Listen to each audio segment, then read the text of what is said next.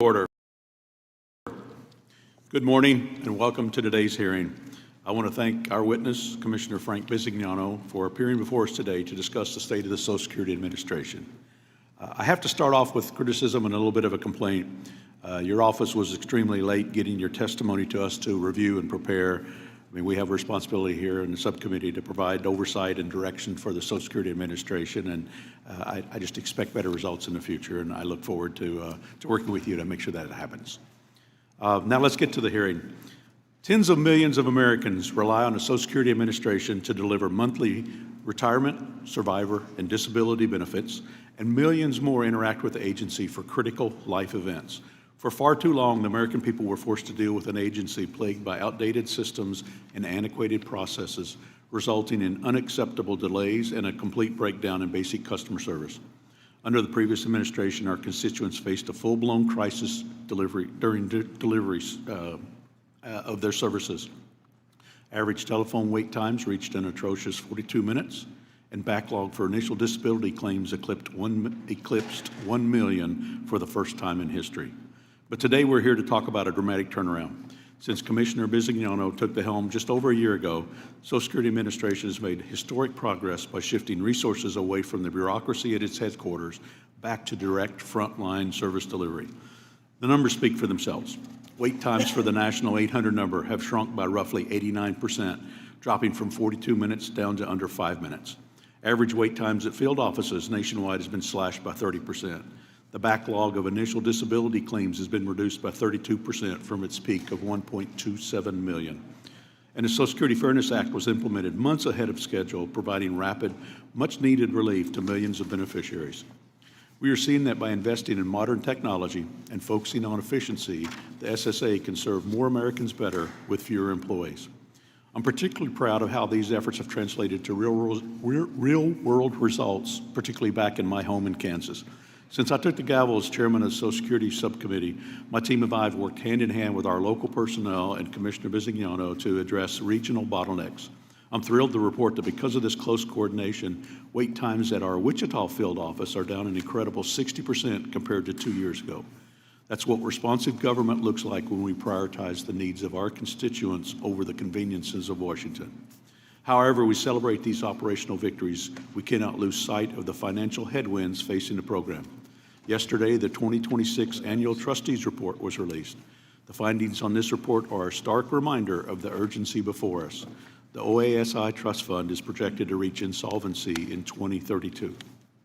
Protecting and strengthening Social Security requires absolute fiscal sanity and strict oversight.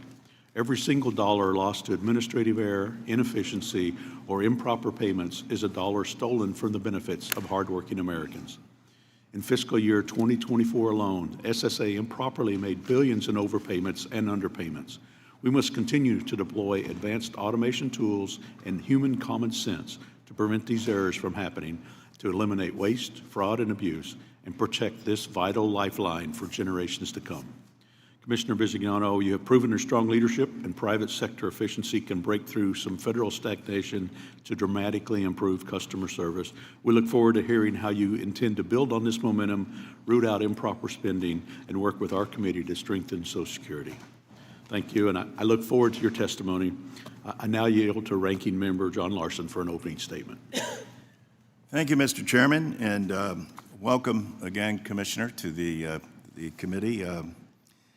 I'm pleased that you're before us, but I don't think the urgency for the American people, as much as we might like to applaud efficiency wherever it can happen, is still the fact that there's 5 million fellow Americans that get below poverty level checks from Social Security.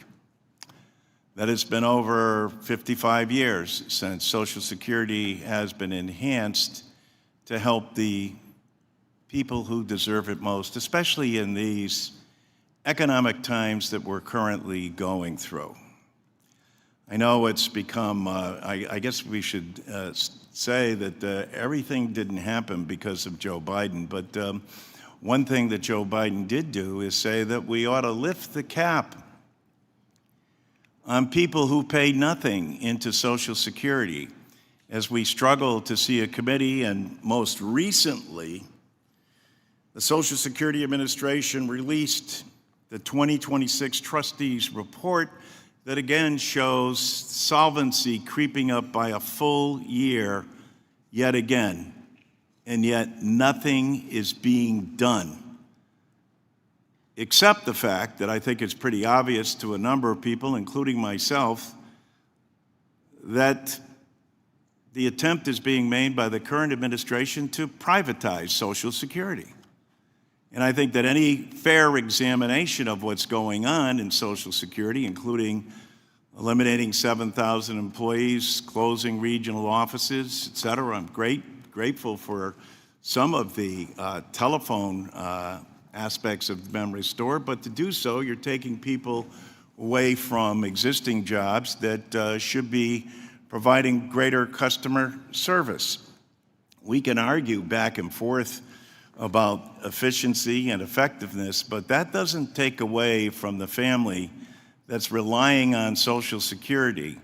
And for close to 50% of all Americans, and the more than 70 million people that are currently receiving benefits, that means they're doing without. Here's the facts. 5 million Americans get below poverty level checks from the wealthiest nation in the world in the #1 insurance program that the nation has, the most successful insurance program that the nation has, and yet, because of lack of action by Congress, there has not been seen an improvement to these since 1971. Add to that the fact that people are still being taxed on their Social Security benefits in spite of the claim of the other side that they've taken care of that. Yep, maybe 6 million out of the 28 got some relief, but that by my math means that 22 million Americans who shouldn't be taxed on their Social Security still get taxed on their Social Security. Also, as we all know, that while the repeal of weapon GPO was important and imperative, funding it is important as well. I'd like to submit for the record as well the report that was issued yesterday and today. The Social Security financial outlook deteriorated due to Trump policies, including both the big, beautiful bill, so to speak, as well as the tariff issues. And most recently, as reported yet by another whistleblower, what's happening in terms of trying to deport people who are paying into Social Security. Without objection, so ordered. All in all, Mr. Chairman, my concern remains the same as it has for the last decade. And that's that we directly, as a committee, enhance the benefits of people of this country that they richly deserve for the nation's #1 anti-poverty program for the elderly, the #1 anti-poverty program for children, and the #1 program that more veterans rely on for disability than any other agency. I think everybody on this dais and in this committee understands the urgency. I will submit for the record later every single district and how it's reflected in the impact on the individuals that were sworn to serve. The hard truth is, it's great that there might be some efficiencies, but that doesn't translate into people who are barely surviving, get under poverty level checks. 40% subsist on just Social Security alone, and for more than half of Americans, this is the only thing they have. That's not progress. That's criminal. And Congress needs to act. We have a bill. We're prepared to do that. We're prepared to restore solvency and extend benefits. Thank you, Ranking Member Larson. I now recognize the gentleman from Illinois, Work and Welfare Subcommittee Chairman Darren LaHood, for his opening statement. Well, thank you.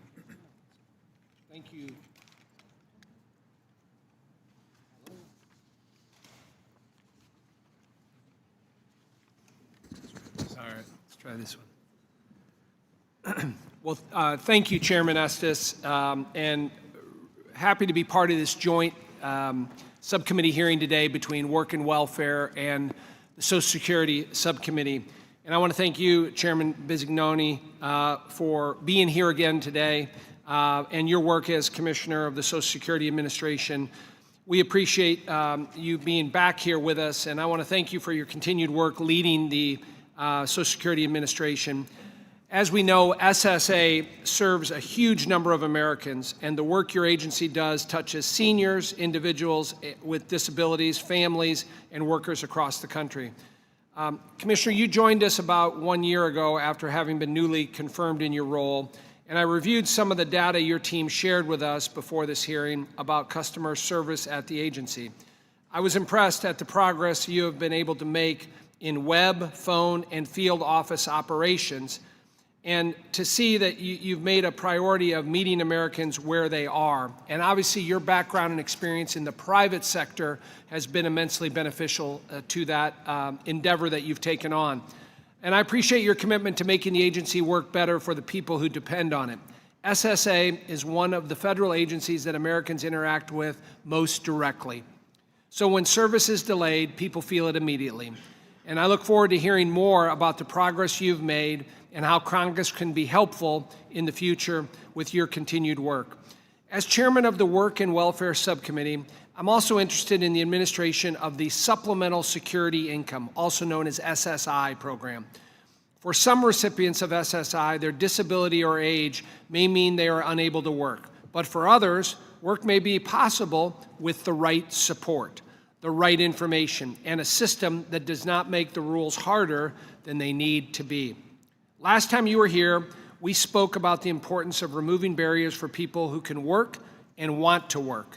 SSA has work supports and programs designed to facilitate the transition to work. For instance, like the Ticket to Work program. And I look forward to hearing how SSA is looking at that program in particular and what progress has been made. The committee also has been focused on improving the foster care system. With the leadership of First Lady Melania Trump, the House recently passed the Fostering the Future Act, a bipartisan piece of legislation to modernize the Chafee foster care program and improve outcomes for foster youth.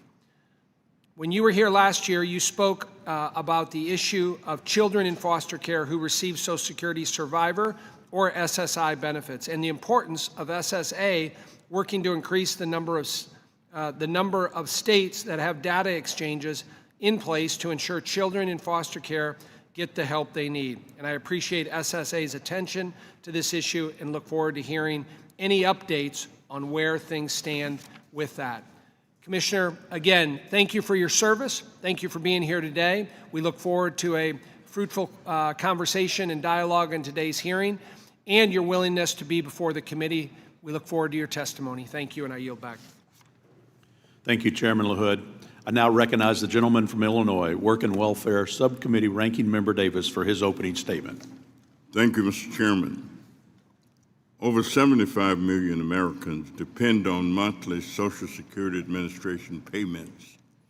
SSA's work is vital to all Americans. Those receiving benefits, those earning security for the future, and those whose loved ones live with dignity because of Social Security or supplemental security income. Those benefits are even more critical and more crucial now, with inflation at its highest level since we recovered from the pandemic. So I appreciate the Commissioner joining us today. Commissioner, I hope today can be the start of telling Congress and the public the whole truth, starting with being fully transparent about the challenges SSA faced in the wake of massive staff cuts, an exodus of experienced staff, and repeated credible reports that the Trump administration misused the public trust.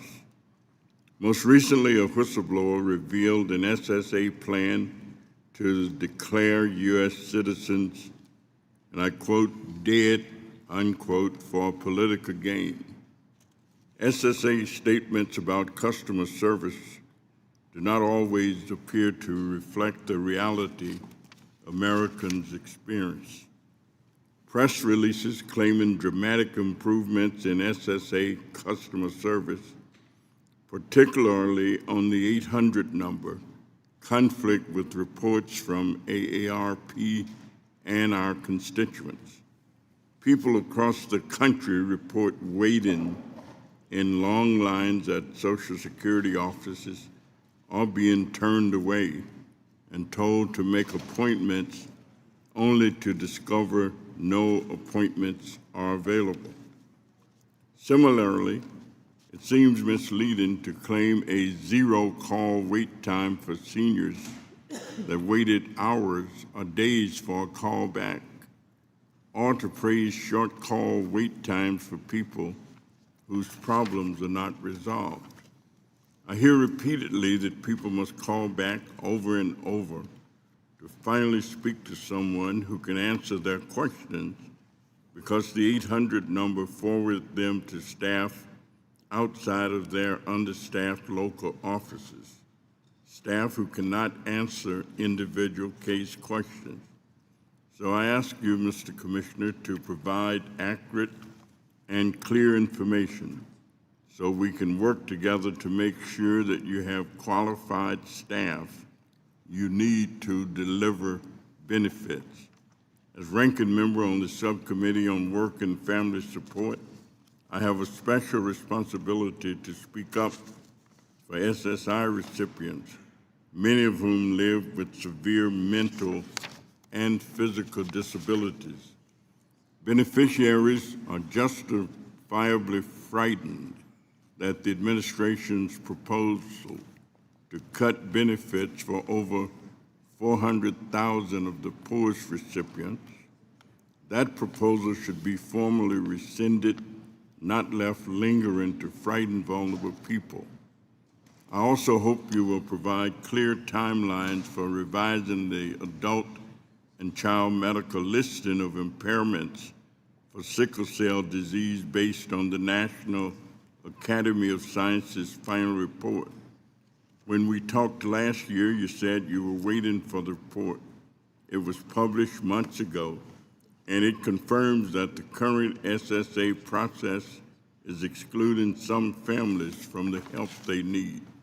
For example, SSA data indicate that 3/4 of all children with severe sickle cell disease get initially denied SSI disability upon application under these criteria.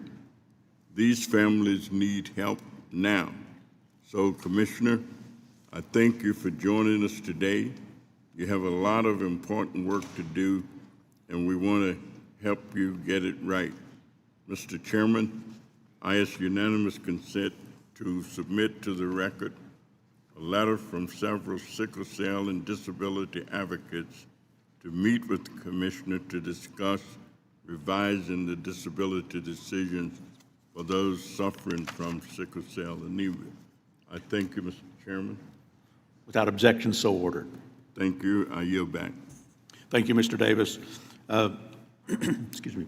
Today's sole witness is Commissioner of Social Security, Commissioner Frank Bisignano. Thank you for joining us today. Your written statement will be made part of the hearing record, and you have 5 minutes to deliver your oral remarks. Commissioner Bisignano, you may begin whenever you're ready. Thank you. Members of the subcommittees, under President Trump, the Social Security Administration is delivering faster service, better customer experiences, and higher quality outcomes for the American people. Every customer-facing service channel, field office phones, and web has improved by double digits.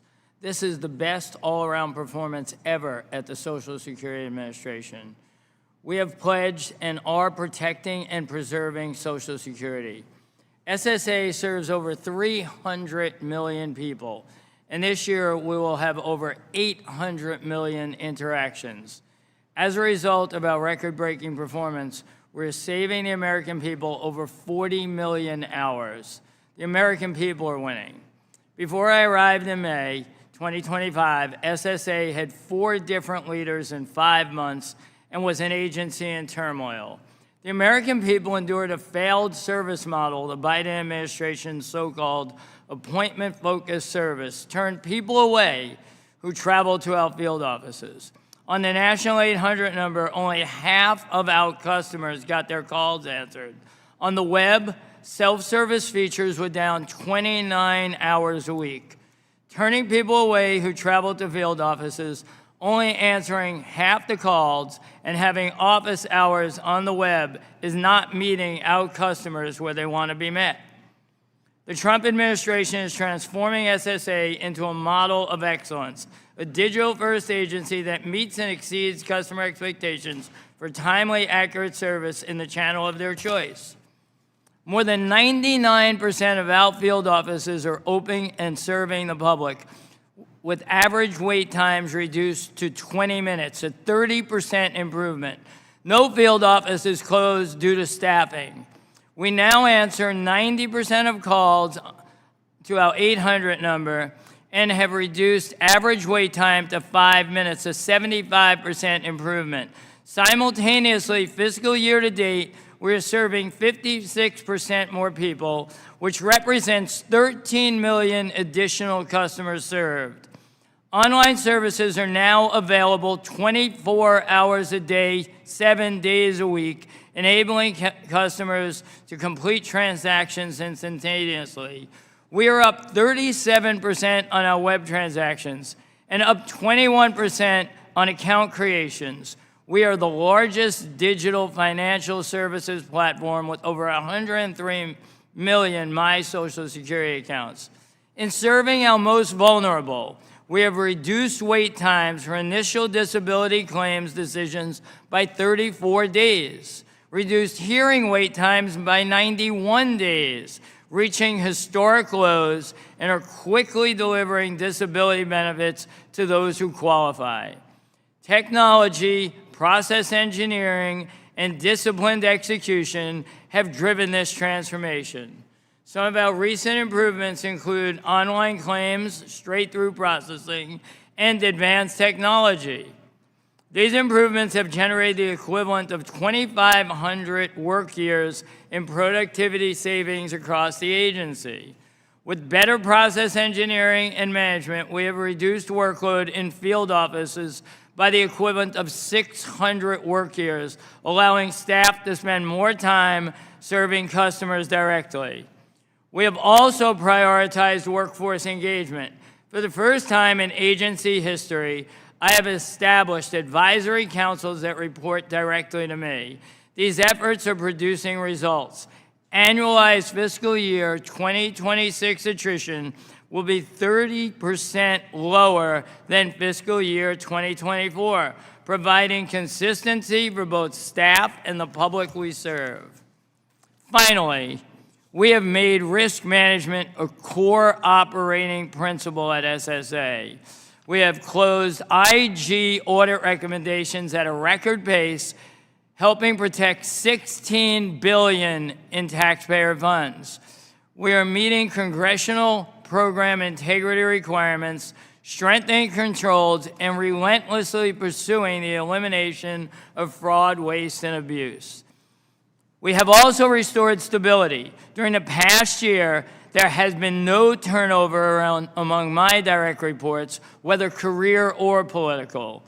That leadership continuity, combined with the dedication of SSA's workforce, enabled the agency to serve the American people through the 43-day government shutdown during the peak of retirement season. I am honored to lead this agency and serve the American people. We are building a modern, sustainable, and durable organization. The President's fiscal year 2027 budget request supports this transformation. Mr. Chairman, over the past year, we have improved service, strengthened controls, deployed technology, and delivered measurable results at historic scale. I look forward to discussing these accomplishments and answering your questions. Thank you for your testimony. We'll now proceed to the question and answer session. Commissioner Bisignano, the operational turnaround we have witnessed over the past year is a testament to what happens when private sector efficiency is brought into a federal bureaucracy. By focusing on core data and cutting through administrative red tape, the SSA is finally starting to deliver the level of service that Kansans and all Americans expect and deserve.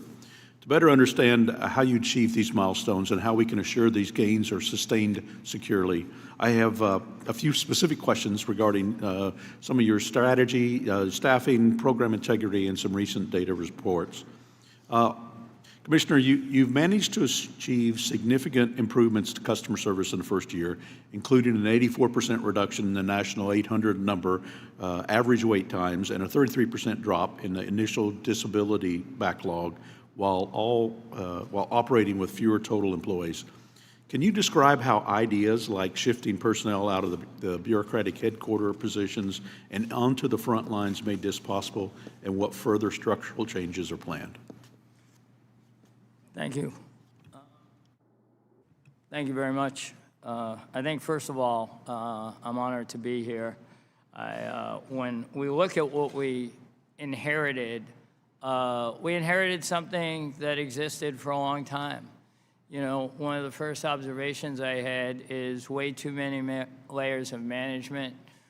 We didn't shut down anything, actually, that was facing clients, right? Regional offices was another level of bureaucracy. We didn't close down a field office. We actually reallocated our staff to where the work was. And I think that's a basic tactic. I think also we looked at what we needed when we needed it. First day I looked at the numbers on the 800 number. At 8 a.m., with 4,000 people on our staff, we had 400, and the phone was ringing. Obviously, people wanted to call us in the morning, and we weren't there. So I like to make this more complicated, but it's not. It's putting people where the work is. It's building technology in a modern-day fashion. It's understanding what best-in-class performance looks like and motivating a workforce who's fully motivated to be here. We have great people in SSA who love to serve the American public. Well, thank you. Has that reallocation of personnel affected service elsewhere in the agency? I think when we look at the numbers, first of all, you know, as you know, you said it before, you know, you have fundamentally 750,000 Social Security numbers in your jurisdiction, and we pay out, you know, more than $300 million a month. So this is a very important engine to every one of the districts, and we're very, very proud of the full balanced scorecard. Visitors are down in field offices and up everywhere else, although that's fundamentally half our staffing, and we committed to never close a field office and always be there. I think, you know, every number in the place is double-digit improvement, and that says the head of disability, we never actually had a head of disability before, and it's a career person who was a judge, runs disability, and says it's bread and butter management to him, what they're learning, and they're growing. So we look at a balanced scorecard. We have a governance structure that looks at the numbers every week as a management team, and we're committed to having a better year in front of us than the year behind us. Great. Can we talk a little bit more about disability? Appreciate what you just said, but you know, as the pending disability claims and the initial claims and the reconsiderations continue to shrink, how are you ensuring that the bottlenecks do not materialize at other parts in the adjudication process? Well, that's why when we look at every week for an hour and a half as a management team, and that would be, you know, my direct reports and their direct reports, 200 indicators, and go through them. You know, we want to make sure we're making hearings more efficient. We're making, by the way, efficient equals quality, too. Better output, less errors, quicker responses to clients. And so I think the only way to do it is look at a balanced scorecard, make sure we have the right resource allocation and a technology roadmap to change it. We're not modernizing, we're transforming. While the operational turnarounds are incredible, our constituents are still occasionally surprised by overpayment notices, often due to no fault of their own. After 10 years of intense oversight by the committee, the SSA's finally began using the authority to implement a payroll information exchange designed to improve payment accuracy and relieve the burdens and reliance on self-reported wage information, a leading cause of the improper payments. Can you provide us with an update on the status of the information exchange? Yeah, I mean, it's called PI, Payment Information Exchange, and on the first days here, I didn't know what they meant by PI, but we learned it real quick. We've expanded it. We've have more information coming into it, and we changed the interval that, in fact, the information comes. So it's a daily exchange. It's a way that we get information from outside bureaus and can compare, so we reduce our improper payments. Thank you. Data integrity and security are sometimes part of the most critical role of the SSA, which maintains some of the most personal information of nearly every American. Recent media reports have alleged plans to add millions of living individuals to the death master file, which is an important database. I say it's one of the main national databases, if not the only national database that provides that information. But the death master file is managed by SSA and utilized by other federal agencies to ensure taxpayer dollars are not going to otherwise deceased and ineligible individuals. Mr. Commissioner, what's your response to these reports from the media about adding the living individuals, and is the SSA knowingly adding living individuals to the death master file? We are not. From the day I've been here, we haven't added people to the death master file who are living. I will tell you, our approach to this is a first-time ever approach. There was something called the numinant file. Maybe y'all heard of the numinant. It's not a common word in anyone's neighborhood, probably. No one walks into a Social Security office and says, am I on the numinant file? I like to call it the Social Security number database. And that Social Security number database had never been reconciled. Now recognize we created two new positions, a head of risk management to report to me, which was well subordinated in the organization, and a head of cyber and resiliency, both two great career executives in the federal government. And in the creation of those roles, they absorbed all different types of way to do the business and the work. We reconcile today the Social Security number database. We use lots of data exchanges. We are the #1 identifier for Americans of who they are. So having that as pristine as possible, and that, if it was never reconciled before, it's really been a heroic effort by the team, which I think ensures our data integrity and our data accuracy. And then building a cyber function of world class where we actually have outsiders and ourselves continually pounding at it to ensure it's right is about the risk management function of Social Security, which did not exist before. Thank you for that update on how the process works. And you said you haven't added any living individuals. Are there any plans to do that in the future? No, sir. All right, great. Well, thank you. I now recognize Mr. Larson for questions. Well, thank you again, Mr. Chairman. Let me start by saying, do you believe the billionaires should pay their fair share of Social Security? I believe whatever the law is should be upheld. Pardon, the what? Whatever the law is should be upheld. So if you're Elon Musk and don't pay anything into Social Security, that's okay with you? I'm not the dictator. So here we are before the committee, and you're telling us how more efficient you are. So you're more efficient. How are the 5 million Americans, fellow Americans, most of them women, who are getting below poverty level checks from Social Security, are they able to starve more efficiently? Is that the goal here? That they're able to, that we're able to send them their below poverty level check more efficiently? I guess so. So that's a great thing. We should all be doing cartwheels and celebrating. How about the 40% of the people who this is the only benefit that they have. So the only benefit that they have in retirement, you're saying to them, look what we've done for you. We're getting you that check more efficiently. Isn't that wonderful?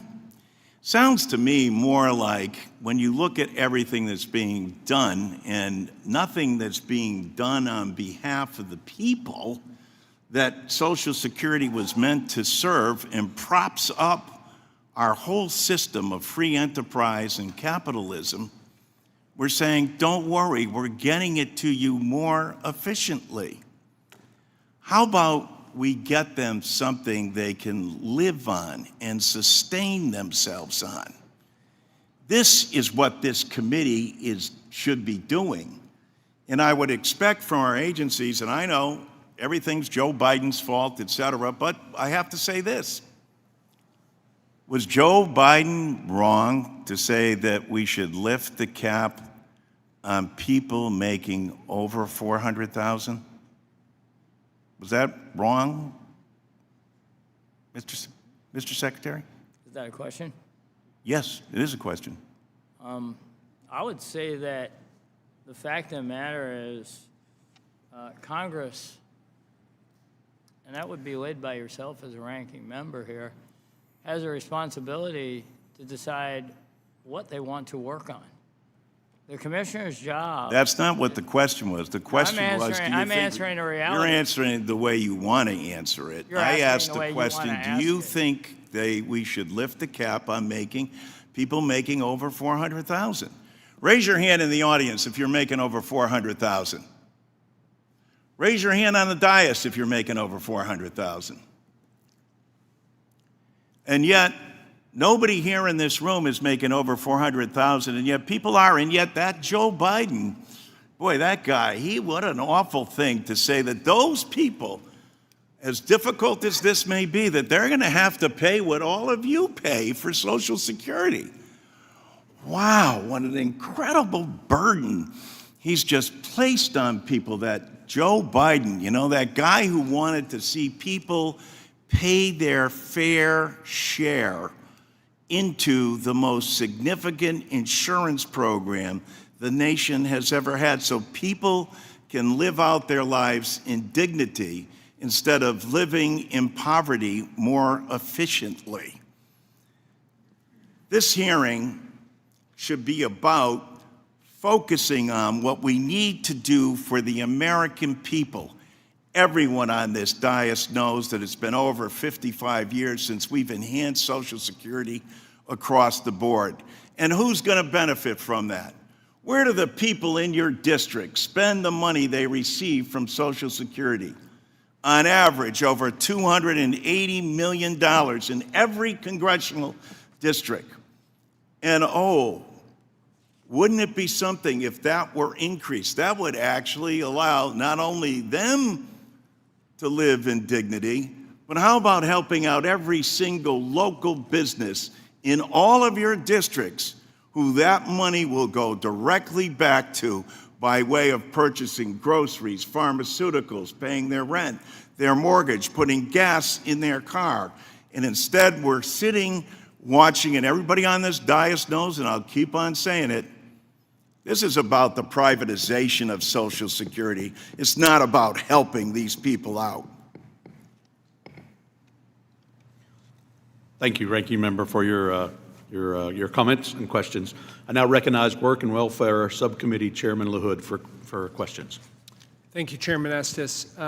Commissioner, I mentioned in my opening comments that obviously this is a joint hearing, and I wanted to focus my questions on the work we do on the Work and Welfare Subcommittee and specifically the Ticket to Work program.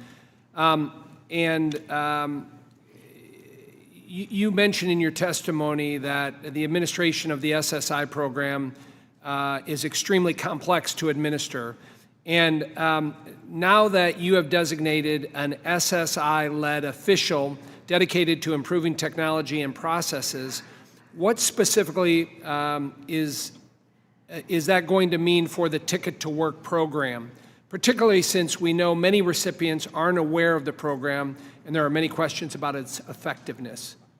Yeah, I thought when we looked at SSI in general and we looked at this vulnerable population, what we recognized very quickly was there was no accountability within the agency for delivering against it.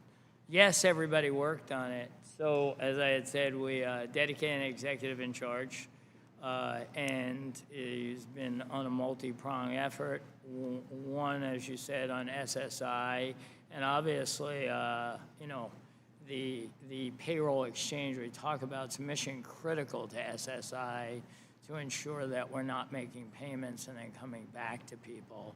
On Ticket to Work, as we think about our beneficiaries, and we don't want them burdened by reporting issues. And we're committed to them, in fact, people with disabilities, promoting that they have dignity to come back to work. We're promoting incentives and automated self-reporting through the systems we have. We're encouraging employment networks to educate, and we're fully engaged in that. And I think we have really the first large-scale evaluation program in over a decade to gather all information and come back on what's not effective still more. Ticket to Work is a very strong program to help people to work. SSI deals with our most vulnerable, and we need to have people understand that if they decide to go to Ticket to Work, that if they have some hardship, we'll still be there for them. And I think that's the most important element that we have to work on, Congressman. Well, Commissioner, I appreciate those reforms and changes that you've made appropriately and continue to implement. Obviously, those are important to making this program successful, the Ticket to Work. As you know, we have roughly 7 million unfilled jobs in the country. Last year in our Working Families Tax Cut Bill, we worked on transitioning people off of government funding into working. And the best social safety network is a job. And so we believe the Ticket to Work program, with your reforms and making it more efficient, more effective, more accountable, can help transition people into jobs. So we look forward to working with you on that. Customer service, you mentioned also, that matters for work. And if a beneficiary is trying to report wages or resolve an overpayment issue, delays can create real uncertainty. Chairman Estes and I held a joint Social Security and Work and Welfare Subcommittee hearing last September. The hearing was focused on removing barriers to work. Our witnesses testified that overpayments are one of the biggest deterrents to their efforts to transition back to the workforce. What is SSA doing to reduce overpayments to SSI and DI beneficiaries who are working or attempting to return to work?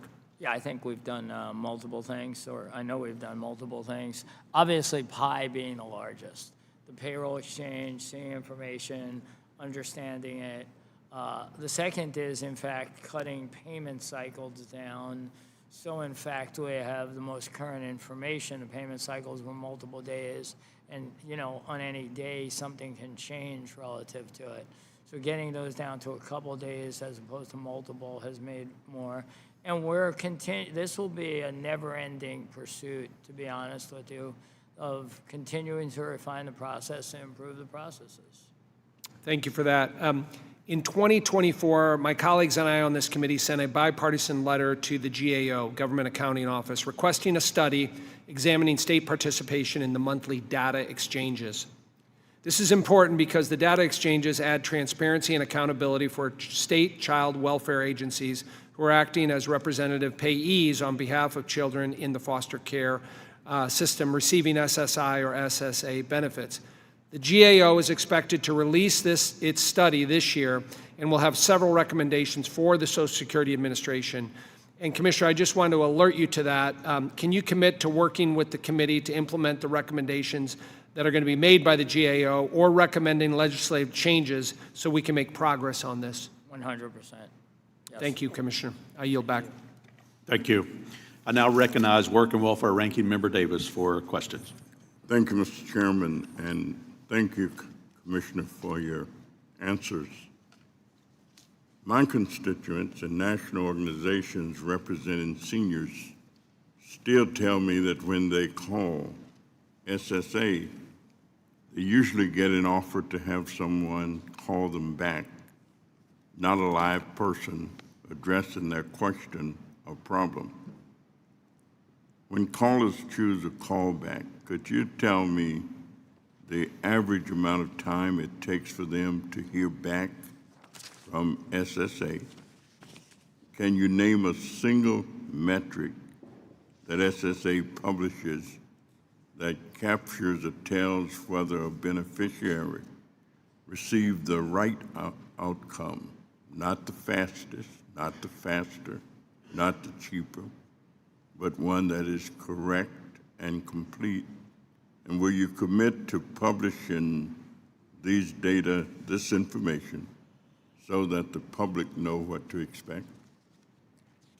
I'd say, first of all, we do post-call surveys, both on callbacks and first time.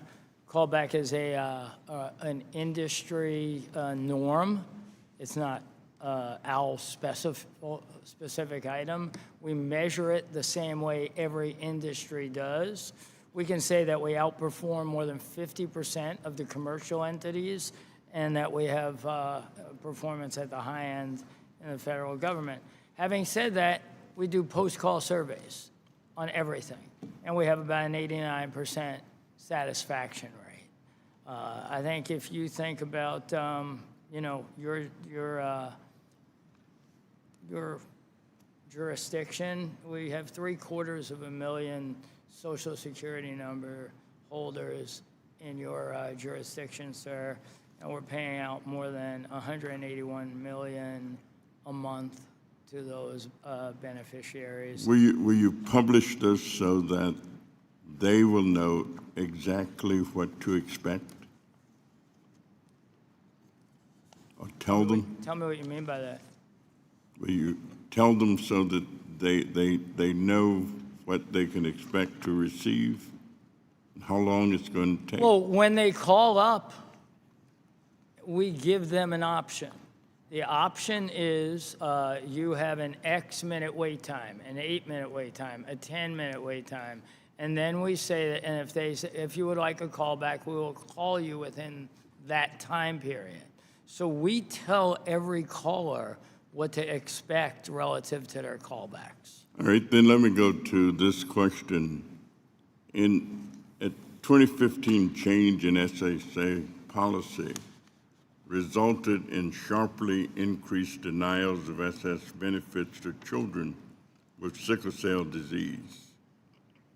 Many parents of these children must reduce their work hours to help them get the comprehensive care they need. And of course, they've got severe pain. These parents depend on SSI to help pay the bill. In 2025, the National Academies of Science report confirmed that the criteria should be changed so that these individuals got the help. Could you tell us what you've done since then to change that policy? Well, we've actually spent time and gone through the elements that need to be changed. We have recommendations and to change them, and I'm happy to come see you and go through it with you. They've also indicated that they're having difficulty sitting down. Would you commit to meeting with the sickle cell advocates to dig into this? Happy to do it, and happy to do it with you and your staff together. And also, before we end, I'm kind of surprised that I've waited more than 3 months for a substantive answer to questions that I've asked relative to delayed tax refunds. Could you commit to getting us that information as quickly as maybe a week or two? Happy to. It's not an IRS meeting, but I'm happy to, sir. Thank you very much, and I yield back, Mr. Chairman. Well, thank you. I now recognize Chairman Smith for questions. Thank you, Chairman. Commissioner, thank you and welcome back to the Ways and Means Committee. I know you have multiple hats in serving the American people, and we say thank you. Appreciate the work that you're doing in Social Security Administration. You could be doing a lot of things, and you've chosen to serve the people who are relying on Social Security and the people of this country. So just want to say thank you. You don't hear that a lot, especially when you come before Congress. They like to criticize you and tell you how X, Y, and Z is not perfect and why you haven't fixed whatever.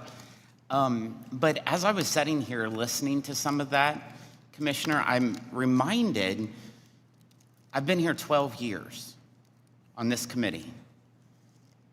12 years. But that's a very short time compared to a lot of people that have been here 30 and 40 years.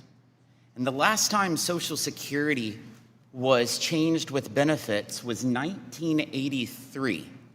But boy, we hear a lot of people up here talk about changing those benefits. But you're right, it's done by the legislative body, not by you. And so Congress needs to get their act together to address Social Security and the insolvency that's coming, instead of poking blame at other people whenever it is our duty and our responsibility. And so there's only been a couple changes to Social Security in the last 40 years. One of them was under my chairmanship with WEP GPO just in 2025. But we've seen nothing in years past. And so I hope, Commissioner, our colleagues will come together, both Republican and Democrat, to do it for those people who rely on Social Security. My mother, do it for people like my mother, that's all she has. That is all she lives on. And that's difficult for her to do. But there's a lot of people like that, and that's why we have to come together. I have a few questions, Commissioner. As someone who represents a number of rural communities and many families that rely on Social Security in order to retire with dignity and security, I appreciate how important it is that people maintain reliable access to Social Security services, whether it is in contact with your agency by way of phone, online, or in person at your field offices. Commissioner, for folks unable to travel to field offices, how has the SSA expanded services and improved delivery through the other service channels since you last testified on this matter before the committee? And how have wait times and access improved under President Trump compared to the prior administration? Thank you, sir. I think, first of all, we've always believed we should meet clients where they want to be met. If they want to come to a field office, we're there to serve them. If they want to call us on the phone, if they don't want to wait on the phone for the wait time, they can take a call back. And then, as more and more people transact with us, more and more want to do it on the web. If you look at what's happened, I'd say the first thing that I'd say is, we had a system that said appointment needed when you came to a field office. Appointment needed. We sent people home. We sent them home, right? Those signs no longer exist. And that was, not only did we send those people home, we sent the employees home. So that was very convenient for everybody but somebody who wanted service. And then we had a web down 29 hours a week. By changing all that, what's actually happened is field office visits are down because people can access us on the phone. Like we said, fiscal year to date, we've answered and served 13 million more Americans.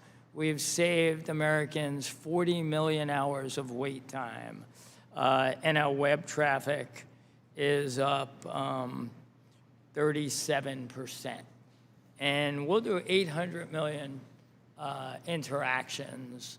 3% of them happen in field offices physically. But we have 23,000 people there, and we're going to serve the American public wherever they want to be met. Thank you, Commissioner, for doing that. This committee has been working to improve access to gainful employment opportunities for Americans receiving disability benefits from the Social Security Administration.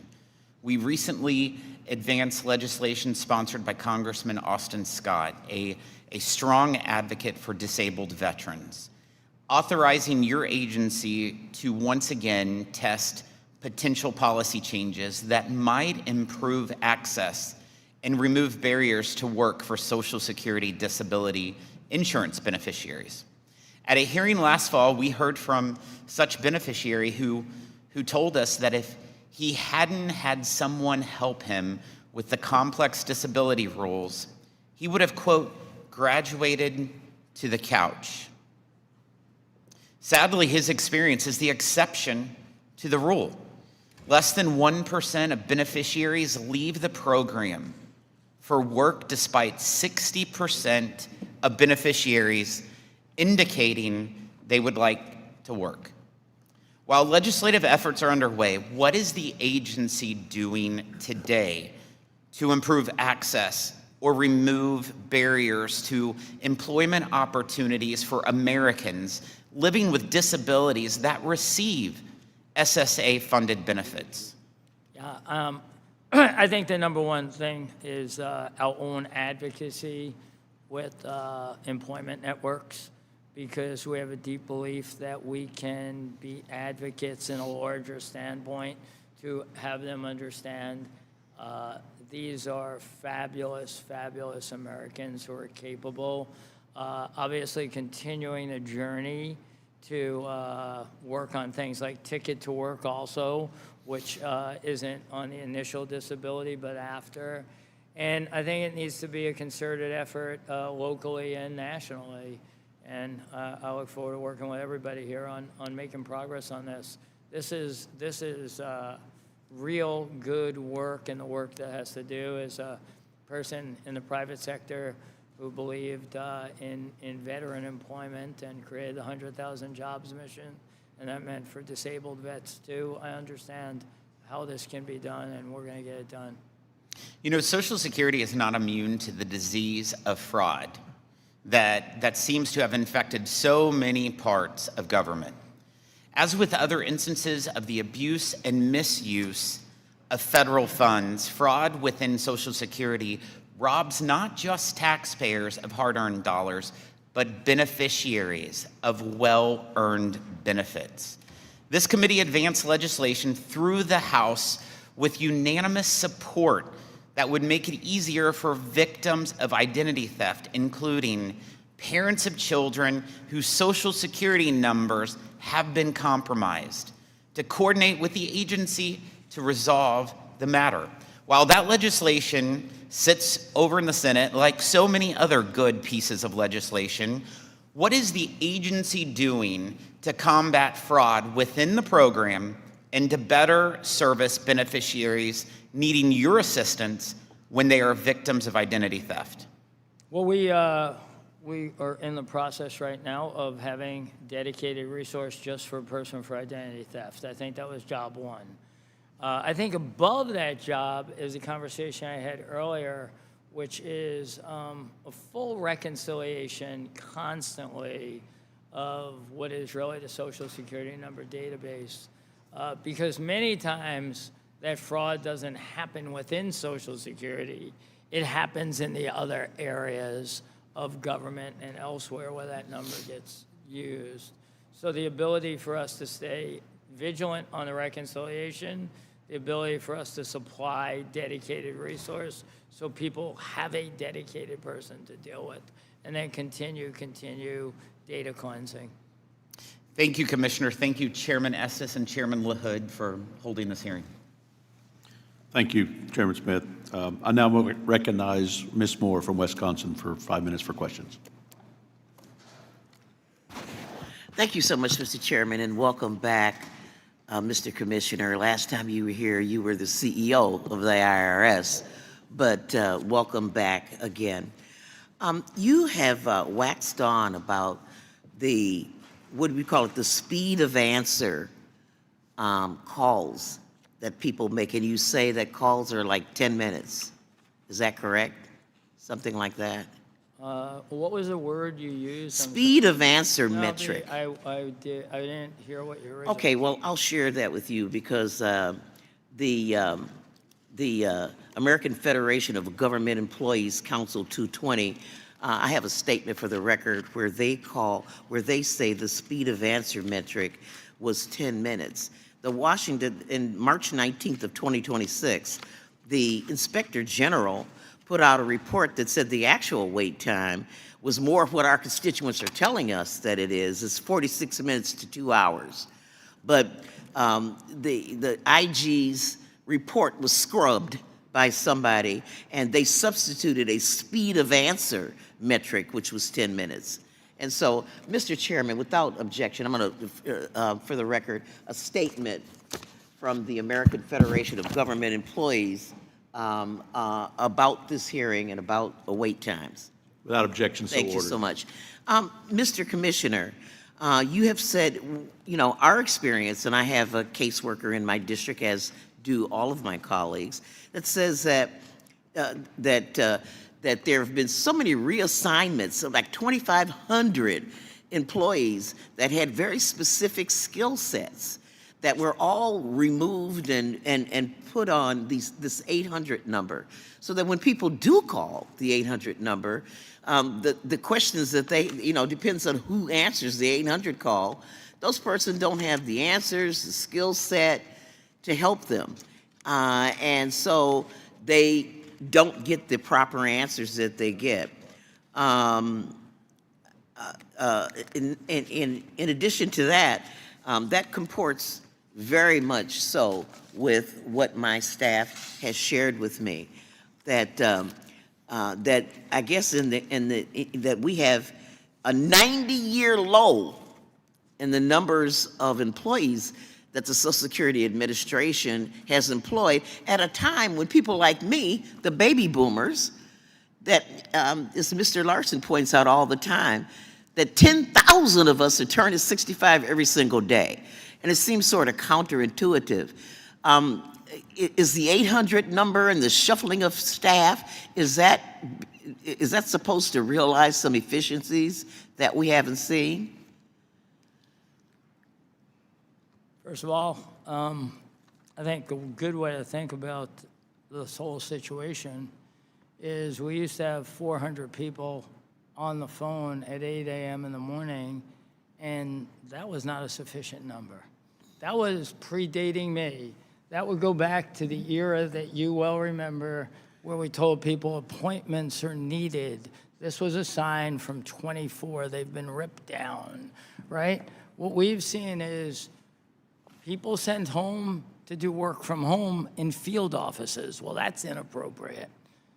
Okay, That's not so what I'm field saying office is about. these, Go ahead. I just want to know why More. people are waiting on the phone for 46 minutes, and then when they finally do get somebody can't answer their questions because they're not calling the correct benefit officer. And do you think the 800 number thing is supposed to be the magic bullet in place of having enough employees? What I think, in fact, is we have the right amount of staff in the right places. Okay, that's, okay, well, I don't agree with you on that, so no point in burning up my time. You wouldn't know how to manage 50,000 people anyway. Okay. I can't resist asking. Did you say she doesn't know how to manage? Yeah, Was I talking to you? yeah, it is my time, and he can ask a question. Fine, what question you want to ask during her time? Did you just say that she doesn't know how to manage? 50,000 people. So I don't know. Do you know her capabilities of management? Yeah, I do. She would understand this if she... Okay, thank you. I can't resist asking you as the CEO of the IRS about the $1.8 billion weaponization fund, and in addition, no audits. Well, how can I get in on that deal where the IRS won't audit me? Is this something available to me? I think this is the letter for this meeting. It's an SSA meeting. I just want to get in on that. Treasury Secretary commented on this in the Ways and Means Committee. Well, you haven't answered any of my questions The so gentlelady's far. time has expired. I just want to remind everybody that we're focusing on Social Security in this hearing to be able to talk about. I know the Commissioner does a lot of work. We want to make sure that we get Social Security information covered. So pursuant to committee practice, we'll now proceed 2-to-1 question. And now I'll recognize the gentleman from Ohio, Mr. Carey, for 5 minutes for questioning. I want to thank the chairman for having this hearing today. Mr. Bisignano, Commissioner, I want to thank you for taking the time to be here today. First, I'd really like to talk about, and I know that you and I have had the opportunity to discuss some of the successes that you have had during your time in this position. Chiefly among them is something that this committee had the first hearing on in Louisiana, which was the implementation of the Social Security Fairness Act. And I know you and I have briefly discussed that. I'd like to commend you for getting these payments delivered. And I think this is something that's pretty telling. You were able to deliver these payments to these hardworking men and women, firefighters, teachers, police officers, 5 months ahead of schedule. This is quite an achievement, really. The Social Security Fairness Act, many of my colleagues on both sides, was a bipartisan piece of legislation that many people elected to this office took 20 years to get enacted. So in November of 23, as I mentioned before, I chaired the first ever hearing on the bill in Baton Rouge, Louisiana. Then the bill was passed a year later, signed into law under President Biden.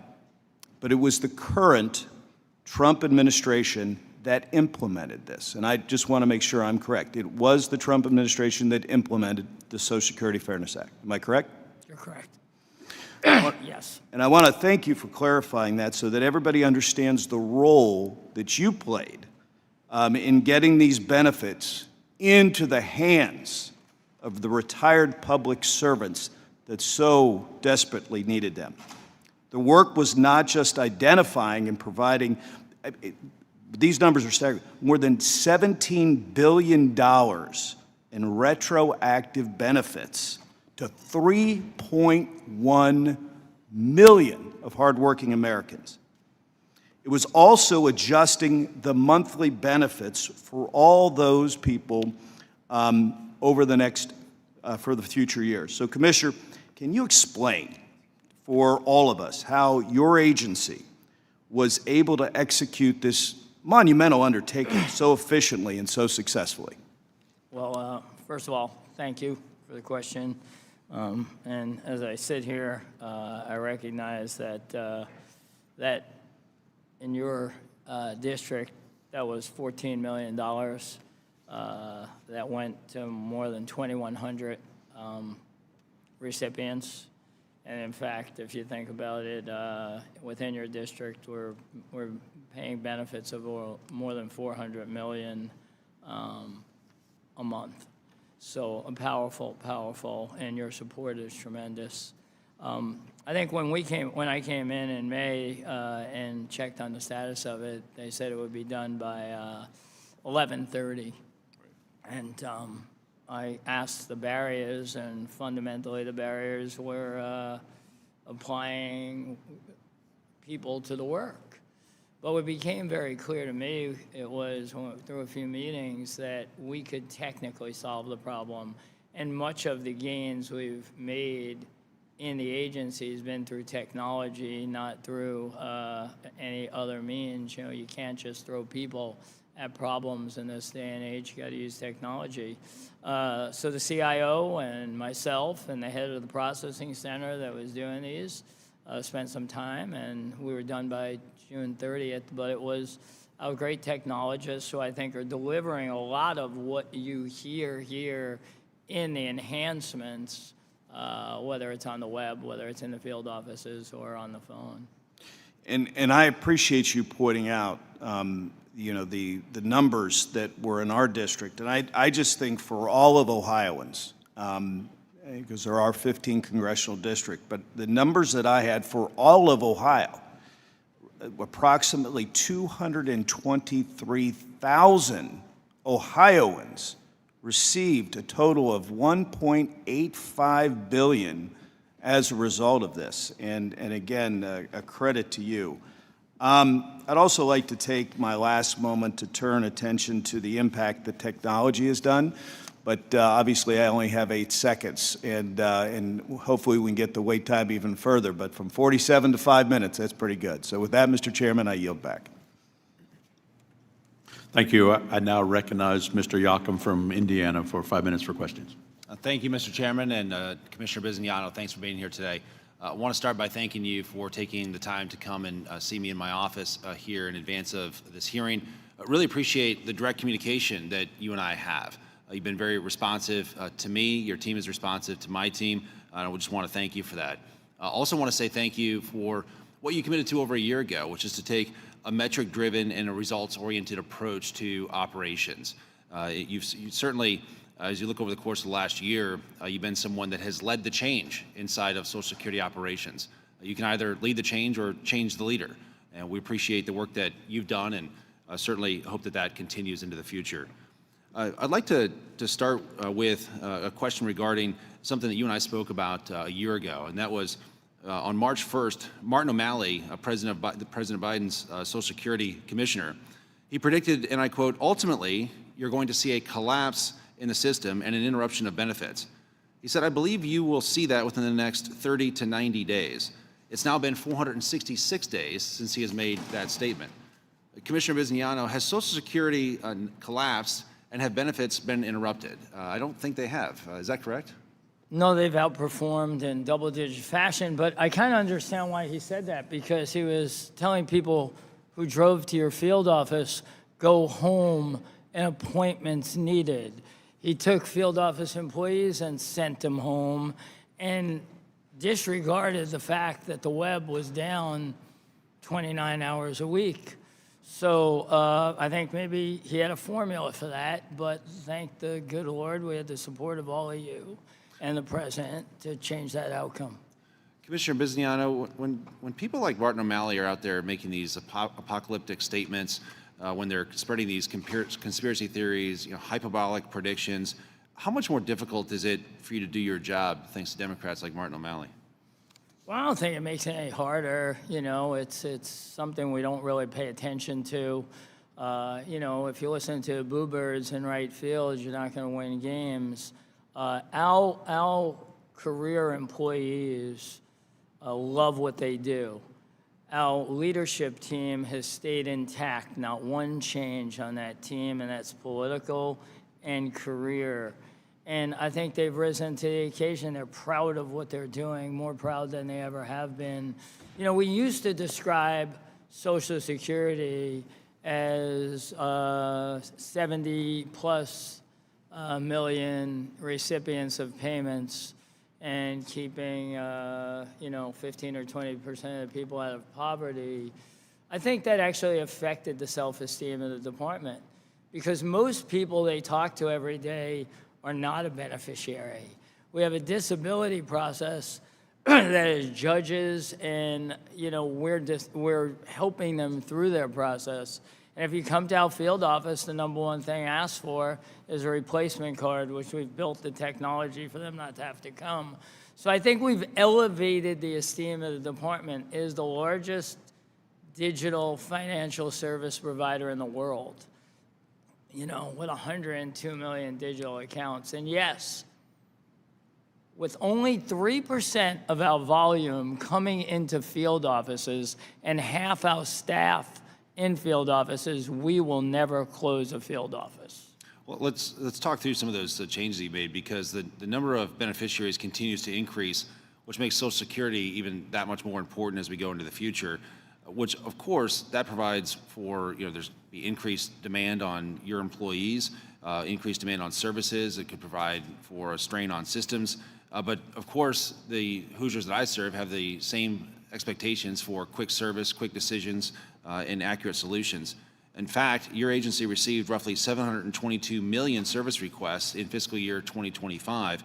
That's 113 million more than the previous year, or a 19% increase.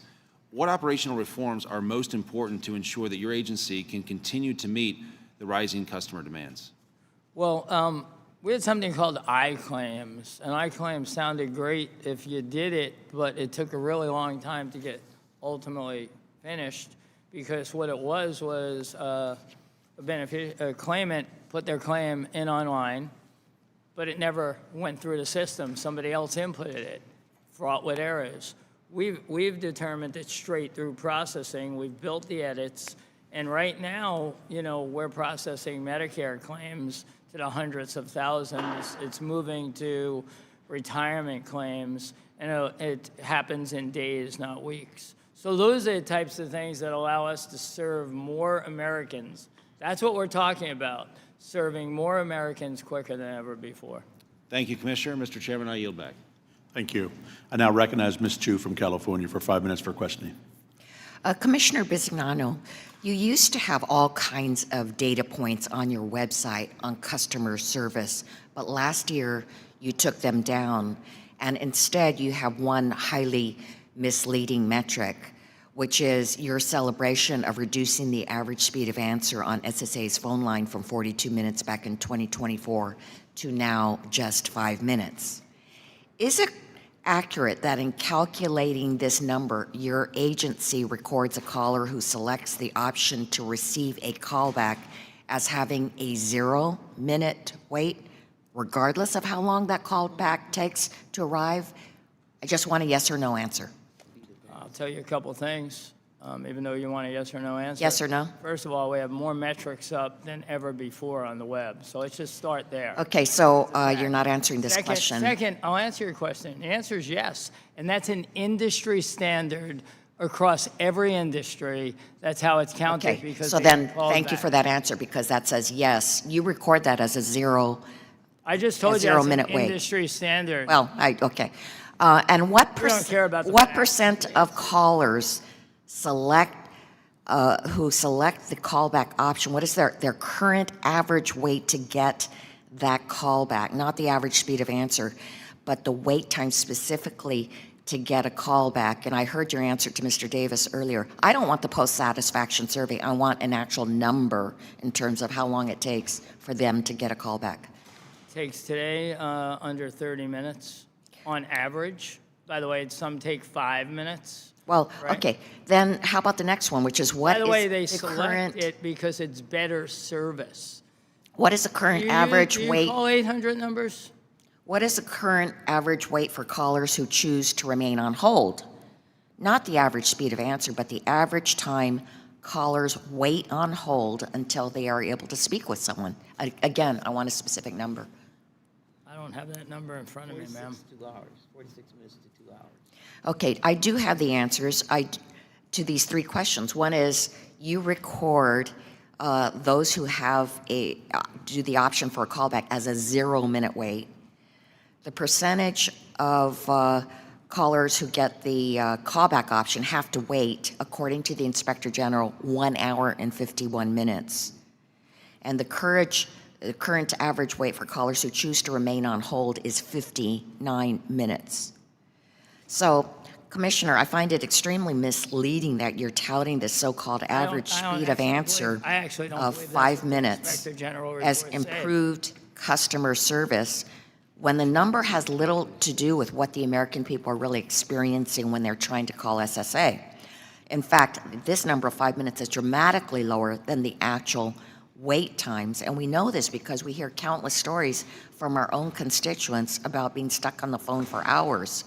But we also have the data because the SSA's own Inspector General did a study this last December and found that while the average speed last year in 2025 was 16 minutes, the real average time for people on hold was almost an hour, and the average wait time to get a callback was almost 2 hours. And why was the actual average speed so much lower? Because every time somebody chose that callback option, your agency counted that as a wait time of 0, so the average lowered very dramatically. So, Commissioner, the American people deserve accurate information on how long they can expect to wait when trying to get help for their benefits. And SSA used to share all that information on its website, but you did remove that last year, and it makes one wonder whether you're trying to hide the actual numbers when it comes to customer service. And that brings me to another data point, which is about the wait times for in-person appointments. And one news report followed a woman whose husband passed away in July of last year, but couldn't get an in-person appointment to apply for survivor benefits until October, even though she had started calling SSA to schedule just days after her husband's death. That's 3 months of waiting just to start the process. Once she finally got an appointment, she then had to wait at least 4 months. So I urge you to restore these real data points to your agency's website and update them regularly, because the public deserves to know. And I yield back. Thank you. I now recognize Mr. Bean from Florida for 5 minutes for questioning. Thank you very much, Mr. Chairman. Good morning to you. Good morning, Ways and Means Committee. Good morning, Commissioner. Welcome back to Ways and Means. There's been talk of how you doing. Well, guess what, Commissioner? I have your report card right here. Let's review it, shall we? It says this. It says, you are now serving more Americans with fewer employees. Wait times on the National 800 number have shrunk by 84%. Wait times have gone from 42 minutes to 7 minutes. And you have taken the backlog of disability claims. It's been reduced by 33%. From an historic high of 1.27 million pending claims in 2024. Thank you for doing that, and it's pretty good. It's a report card that you should probably put on your refrigerator. That's how good this is, Commissioner. But you said in your open statement, you're not done. You can do better. What can this committee assist you with to make those numbers, put some pluses on those A's? What can we do, Commissioner, to help you? Well, I think being here is very helpful because it gets you to understand the strategy. The strategy is really about meeting clients where they want to be met. The strategy is about understanding what is the expectation across industry in general. Whatever you're doing, that recipe for your team has helped. It's helped my team. We don't get as many calls on help me with my Social Security. So thank you for doing that. Social Security, though, has a history of trying to do their own computer programs and doing things. That hasn't gone well in the past. So are you still looking at private vendors that can take us to the next level in processing? I met with a company called Evolution IQ, and I'm sure there's others, but this company just has worked for several states, and they expedite claims, and they also root out fraud. Is that something you're looking at, Commissioner? Yeah, well, we're always focused on how we're going to bring advanced technology. You know, if you look at what we did with taking the 29 hours away of downtime off the web, that was a mix of really great engineers inside and some other people. If you look at what we're doing in fraud using advanced analytics. So, you know, there's no great tech org that can just do everything themselves. And I think it's not about modernizing, it's about transforming.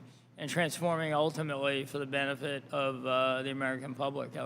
And so you are looking at private vendors and whatnot, anything that we can do to do better than we're already doing. I want to give you some time, and I know it's been publicized this week, 2032 is going to be a crossover date where we have to make changes before that date, make changes in I would hate to see that anybody in Congress would use fear, but we have to make sound decisions, and we've got time to make some decisions. So I want to give you some time. Your thoughts on that date, your thought on some of the changes that could be made without affecting anybody that's already on the Social Security program. What say you, Commissioner? Well, what I thought the first thing that was mandatory is to get it to work right. Right? You know, I always think if you make the operations better, people are prepared to invest in those operations.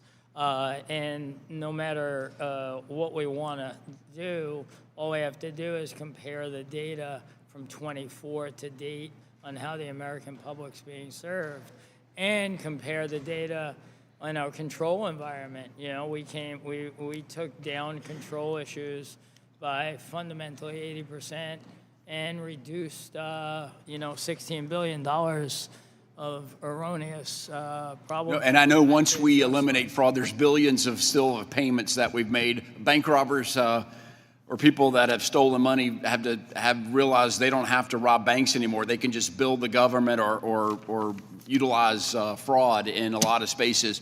What about your thoughts? I know we just got a little bit, but on Social Security not having the funds going forward in 2032. What are your thoughts there? Well, like I said, I always thought my job was to make it perform as well as possible so you all have a set of options and choices to decide on how this great American program, which is, fundamentally called by some the largest insurance program out there. Others could call it the largest retirement program out there.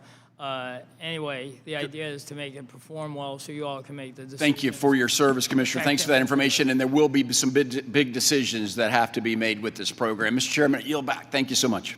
Well, thank you. Now recognize Mr. Miller from Ohio for 5 minutes for questioning. Thank you, Mr. Chairman. Good to see you again, Mr. Bisignano. Good to see you. And thank you for after our last hearing and the phone call, and applaud you and your efforts for what you're doing in SSA. So it's good to see you again. Good to see you. So Social Security is not an abstraction. It's a promise, as we know, and to workers who spent decades contributing to families who lost an income earner, to Americans with disabilities, and to retirees who helped build this country. As you know, more than 71 million people depend on monthly benefits, and this agency touches virtually every American family. It must work. For too long, it didn't. Outdated technology, antiquated processes, and the service model that left beneficiaries waiting, sometimes over 40 minutes on the phone, defined the SSA for decades. The disability backlog reached an all-time high of 1.27 million claims. That, and it is unacceptable. Progress is now being made, and we're very appreciative. Phone wait times have now dropped 84%. Field office wait times are down 30%. The disability backlog has been cut by a third, and Social Security Fairness Act was implemented months ahead of schedule. So applaud your efforts and your team on that. But progress is not a reason to stop. We must keep investing in technology that improves the experience for every beneficiary, and greater efficiency must mean fewer improper payments. Every dollar lost to error or fraud is a dollar that should have reached someone who earned it. I also want to raise an issue that deserves more attention. The barriers this system places on people with disabilities who want to work. 60% of DI and SSI recipients say they want to, yet the Ticket to Work program is barely reaching them. Only 1 in 10 has ever used it. A third have never even heard of it. Those who try to face a 70-page guidebook, a punishing process that anyone would have trouble getting through, and a system so slow that even a proper wage reporting can trigger an overpayment months later, which is insane and unnecessary paperwork, as we all know. Government programs should open doors and not build walls. So, Commissioner, as I stated above, about 1 in 10 DI and SSI beneficiaries has used the Ticket to Work program, and a third have never even heard of it. Meanwhile, 60% of recipients say they want to work. So what specific steps are you and the SSA taking to simplify work incentive rules, improve beneficiary awareness, and critically fix the overpayment problem that truly punishes the people who try to return to work even when they follow the rules?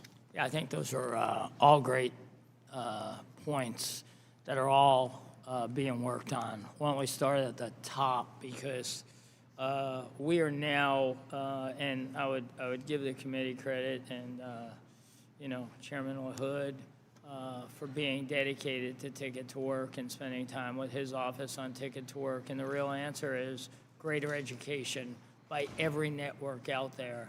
You know, we put somebody in charge of the program. There was no one in charge of it. If you don't have someone in charge of it, the odds of it succeeding is zero. We did the same with SSI. I think that allows us to go out to the outside and explain to him and to people on the inside who are on the program. And we have an opportunity to talk to these people all the time, our own on disability, and improving that dialogue. So I think we're at the start. I think the program did not have the attention. If you don't have a dedicated, we did it on SSI and Ticket to Work, but a dedicated executive who reports into me and they run the program. So I would expect, you know, and happy to give updates as I have to Chairman LaHood on those items. Relative to improper payments, the more we build out our payment information exchange, which we do with, you know, massive orgs who have the data, and we've really veered into it, and the more we cut down payment cycles, the better our accuracy of payment as opposed to improper payments will be and continue to be. Thank you very much for that detailed answer and response. And I just want to say, as a Social Security Administrator, you're doing a phenomenal job. And previously, when you were brought in here, you know, I believe that I treated you very unfairly. Oh, so yeah, no, I do. Well, no, it means a lot to me, and I like to sleep at night. So I do want to apologize in front of you and your entire staff and everyone in the committee and people who are here. You were put in a very untenuous position, and you received something that you never asked for. But you're doing the best that you can, and I very much appreciate what you're doing on behalf of the American people. And I'm very glad to see that our constituents in the 7th District, in Cuyahoga, Medina, Wayne, and Holmes, and soon to be Ashland, if they call Social Security, they no longer have to wait until maybe their grandchild is born. So thank you very much, Mr. Chairman. Well, you know, there's $381 million a month that go to your beneficiaries in your district. So congrats for what you're doing. Thanks, sir. Appreciate it. Thank you. I now recognize Mr. Horsford from Nevada for 5 minutes for questioning. Thank you, Chairman Estes, and to the ranking member. Commissioner, last year you came before the committee and committed to ensuring that Social Security field offices would be better staffed, more efficient, and better equipped to serve the public. Today, Nevada families are experiencing something that's very different. In Las Vegas, disability hearing wait times average nearly 11 months, among the longest in the nation. My office continues to hear from seniors, people with disabilities, and working families who cannot get answers and cannot access benefits that they deserve. Last year, you promised improvements. Today, Las Vegas disability applicants are waiting nearly 11 months. Do you believe that that's acceptable? Yes or no? Well, what I know is that, as an example, your field office wait times are down 60%, right? And that's a 34-minute decrease from 24. I'm not looking at your disability numbers, and I'll come back to you on them. But if you look at our total disability numbers, So I'm asking specifically about Las Vegas. I'll compare them And- with you, and because I didn't hear you talking about the field offices. I did. That's You- where I you talked started. about- you 11 started- months. You started, did you understand I that? just asked if Did you 11 months was acceptable Did you or not. Yes understand- or no? Is it Did you- acceptable? Did you that understand? people should wait 11 Did you months? understand? Commissioner, reclaiming my time. Did you understand? I'm going to, rather than us going back and forth, let me share a message from one of my constituents that told me and my staff that they have been calling and visiting the local office for months, and nobody can tell them anything. My case has sat unresolved for 7 months. I have no food, I can't pay my rent, and I'm facing eviction. Commissioner, that is not a statistic, that is a Nevadan.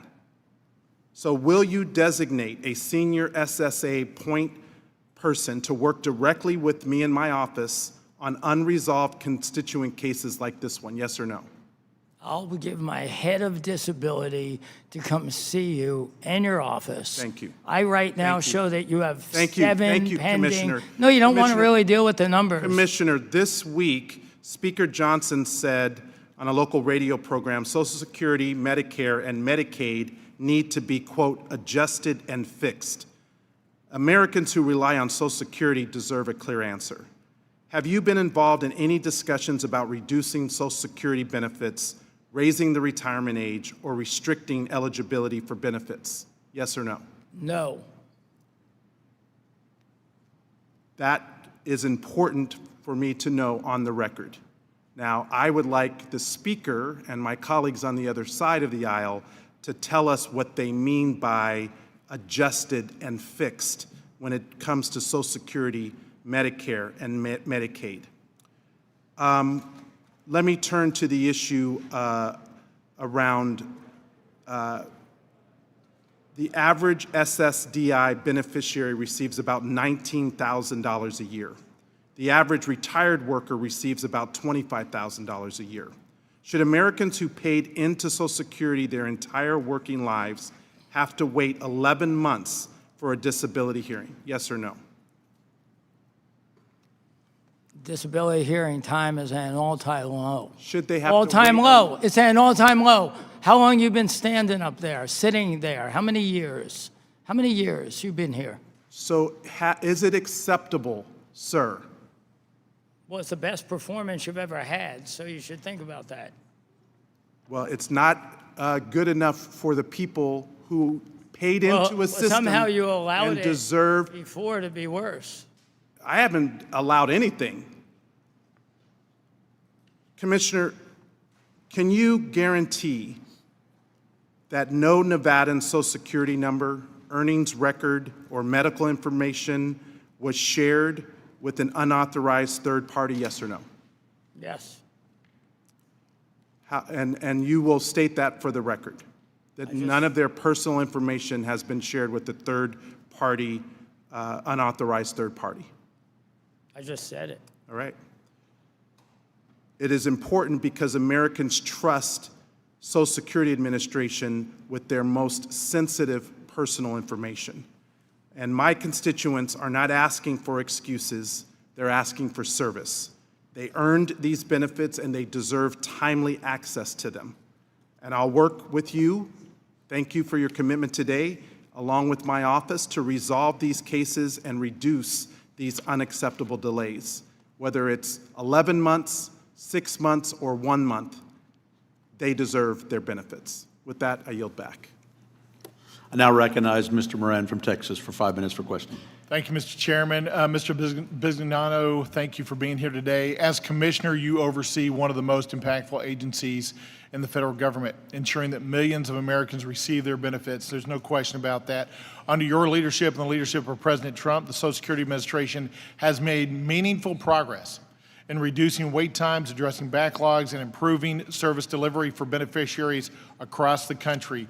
You've been citing a number of these statistics throughout the hearing today. I want to give you, before I move on, a chance to respond because you were trying to provide Mr. Horsford some statistics for his district, but he cut you off. I'd like to give you an opportunity to finish what you were saying and to cite those statistics. Yeah, well, what I was saying is in 2024, it took 56 minutes in a field office to get served, and today it takes 22. I also know, because we have a centralized system that never existed before, that there's 7 pending congressional inquiries with us from his office. And we would like every one of them resolved. But, you know, this is the pure, real data captured the same way it was before. We never knew how much was in congressional offices before until we built a system so we could know every one.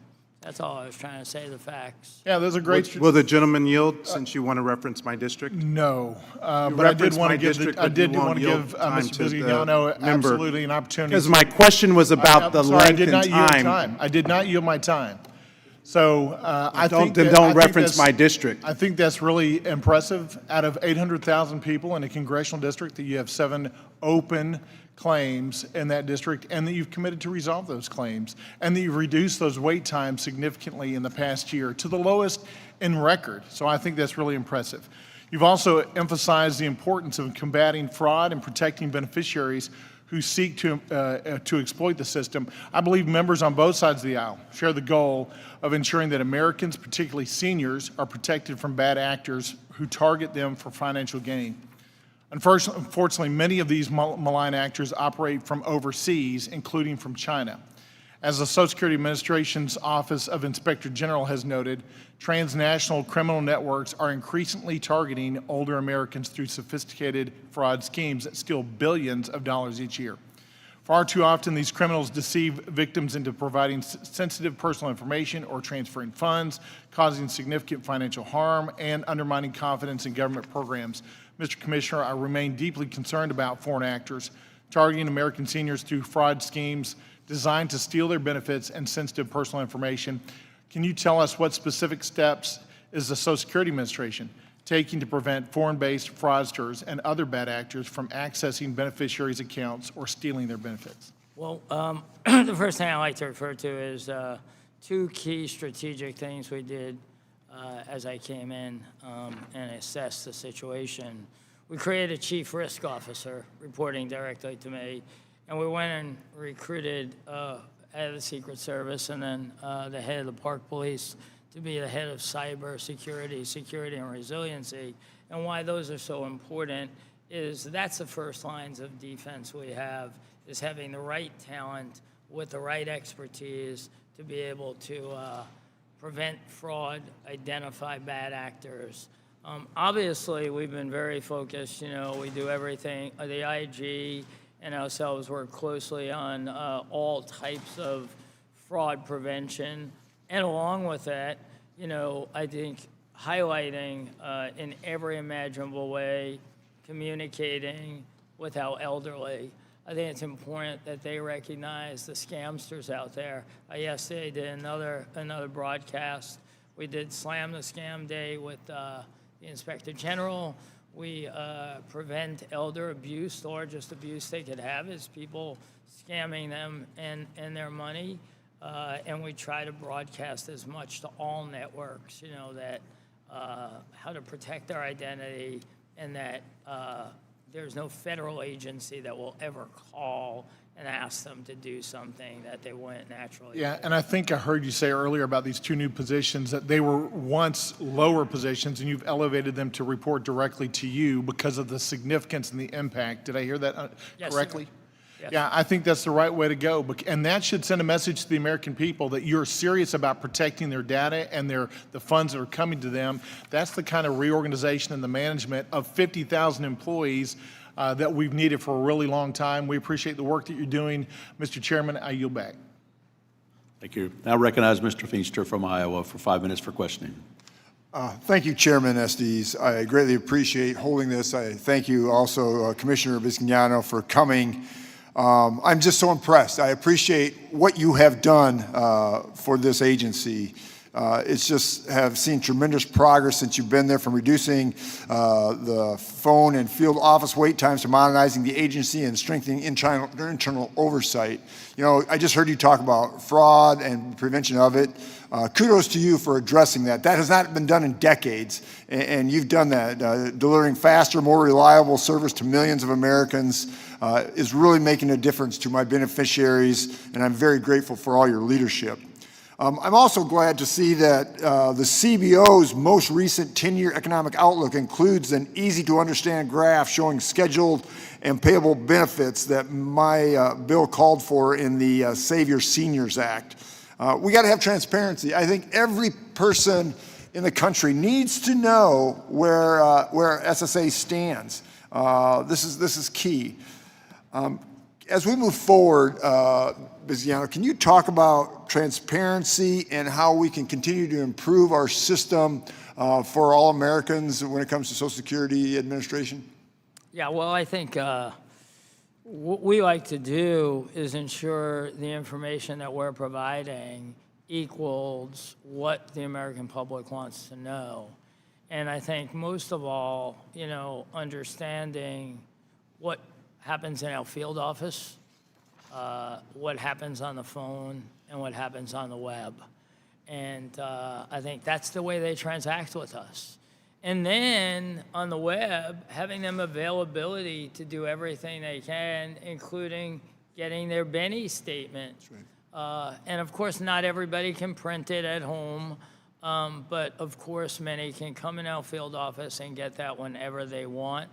We're building better functionality that if they can't print it at home, but they have the web, that we'll print it right there for them and waiting for them. I think Social Security, with over 100 million digital users and over 300 million Social Security numbers serving America, is the #1 personal identifier for everybody, and protecting that is first and foremost. Yep, I agree. So this predates your tenure at the agency. The GAO raised longstanding concerns about the weakness in the SSA's oversight and governance of the IT investments.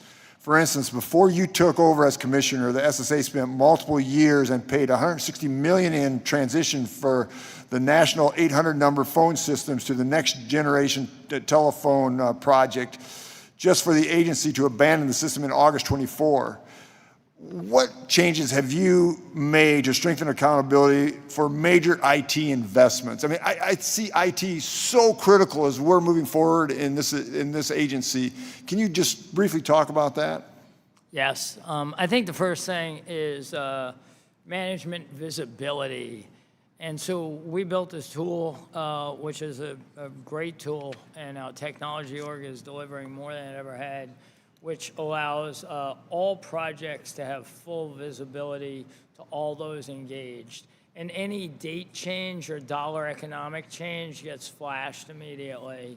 So it's called SSA 360, but every project has an ROI to it, and we manage it in a diligent fashion. And I think that's a big governor to how we run the place. We look at the numbers, we ensure projects are on track, and we ensure it's getting the desired result. Can you also, so you got that moving forward, which is awesome. How do you allow your workforce to be trained in these new technologies? Is that a challenge, or can you manage that? No, I think you'll always have some balance of needing external expertise and internal expertise. That would be true everywhere in the world, not just here. I think it starts off with, and I'll give a shout out to our CIO. I think if you ask the great people who have spent their careers in Social Security, we actually have a technologist in charge of technology. Sort of important. Right? And I think there's no substitute for experience. As a matter of fact, he was a technologist for a payment company. And if you look at the heart of one of the main things we do, it's payments. Yep. And I think our CIO has done an outstanding job. Well, I just want to tell you, I think you're a rock star in what you're doing in this agency, Commissioner. Thanks for all your work, and I yield back. Again, I now recognize Mr. Evans from Pennsylvania for 5 minutes for questioning. Thank you, Mr. Chairman. Thank you for being here, Mr. Commissioner. Part of this administration failure on Social Security has been taking back payments. Sometimes Social Security payments, someone pays more through no fault of their own. When President Trump returned to office, he brought back holding a person's check to withhold payments. Later, it was brought down to 50%, but it still is too high. I have a bill to cap withholding down to 50%, but still too high. I have a bill to cap withholding at 10%. We must pass this bill to protect Americans' earned benefits. Our seniors should not be forced to choose between rent, food, and health care. I say those things to you, Mr. Commissioner, because people have real concerns. Could I apologize and ask you to move your mic a little closer, Mr. Evans? I say those things to you because people have real concerns about the withholding of payments. And the fact that part of this administrative failure of Social Security has been taking back payments. When President Trump returned to office, he brought back withholding a person's check to withhold these payments. Later, it was brought down to 50%, but it's still too high. I have a bill to cap withholding at 10%. We must pass this bill to protect Americans' earned benefits. Our seniors should not be forced to choose between rent, food, and health care. So I stress that to you, Commissioner, because this is earned benefits. This is some people have earned. They should make sure we should make. So I want to yield the balance of my time to you. If you have any comments, give me comments. Thank you, Mr. Chief. Thank you, sir. Chairman. I now recognize Mr. Moore from Utah for 5 minutes for questioning. Thank you, Chairman. Thanks for being here, Mr. Commissioner. First, I want to thank you for your work that you've done to modernize the Social Security Administration, as well as, bring in technology to try to enhance the experience. Only in Congress could you, as a recovering management consultant, only in Congress could you come and get criticized for using industry standards and KPIs and measuring yourself against these indicators that can actually help you improve. So just know that it's appreciated, and the work that you're doing is definitely valuable. I'd like to enter for the record on the importance of technology modernization from Atticus, a company dedicated to helping beneficiaries navigate the SSA. I'd like to enter this record, this letter into the record. Without objection, so ordered. Thank you. First question relates to the disability insurance beneficiaries who are able to work and are starting the process of re-entering the workforce. As these Americans explore work opportunities, one of the major questions they have is how their current benefits may be impacted after returning to work. This information is not readily available and often takes months to get from SSA. How can the SSA help these beneficiaries? Can they provide them and their representation with this information? Can it be done through online access? Just a little bit of thoughts there. Yeah, I think all of the above. And what you're highlighting is something that I think we should also work with the advocate community and create the right portal for them for their own individual situation, so they have a basic statement that tells them everything they're asking. They don't have to navigate. And I'm happy to get the team to go look at that, go to the advocate community, make sure we have alignment on what good looks like, and produce it. Is this stuff enhanced online capabilities for advocates could be able to access that even better than some beneficiaries, as well as making the disability insurance beneficiaries, can be done something that's in real time? Yeah. Okay, awesome. I want to talk quickly about walk-in. I know there's been back and forth on walk-in appointments. As you know, I represent Northern Utah, and then there's an Ogden office. I've spoken with community members, heard multiple concerns about some of the inconsistencies with walk-in options at the Ogden SSA office. As I understand it, SSA officially ended walk-in appointments in early 2024, but Ogden office only stopped them for a few weeks before resuming. At one point, Ogden SSA was, I think, the only location in Utah to offer walk-in appointments. And now the Ogden office has, again, stopped the in-person appointments. Difficult for some members of the community and the beneficiaries to navigate everything online. They do like an option to be able to walk in. Can you provide an update on current status of walk-in appointments and work you're doing to ensure the top-tier customer service continue at SSA? Well, this sign was in all the offices. Appointment needed. Appointments are required for most services at Social Security. I'm disappointed to hear about Ogden because we ripped them down and said nobody should ever be turned away. And so I need to go find out why that's happening there, because the standard is walk-ins are accepted as is. Yes, if people want an appointment, we'll make them an appointment. But I don't think we should ever refuse a walk-in. Love it. And we'll help however we can. I got to go figure out what's going on there. Great. Let us use our office, our resources as we're close to it. We'll be all in to be able to help navigate this. And I think everybody from your end, to the local offices, our office, all want ultimately what's best and ease of use. And so we'll do what we can. Yeah. One last question. We're tracking the SSA recently joined the Trusted Exchange Framework and Common Agreement, TEFCA. It's this network for transmitting electronic health information. It's a standards body that sets rules and baseline requirements for health information network across the country. How will joining this network speed up the process of DI claims? Well, it's broader than just, that's an element of it, right? We have a system that is coming in effect that should just completely transform what this process is in terms of getting to decisioning a lot quicker. The whole objective is decisioning a lot quicker. Of course, if you went back over time, the size of a file has completely changed, but I think we could revert it all back. We will, use AI in the process too to help us get information to those who need it a lot quicker than possible. So, we're in relentless pursuit on every indicator in the place to just continually to get a historic best norm. So I have great expectations to the exchange. I have great expectations for what we're doing in the base build we're doing, and I think we should never talk about times going up, but only down in the future for the rest of our life. Thanks for bringing a business approach to this. Appreciate it. Kneel back. Thank you. I now recognize Mr. Smucker from Pennsylvania for 5 minutes for questioning.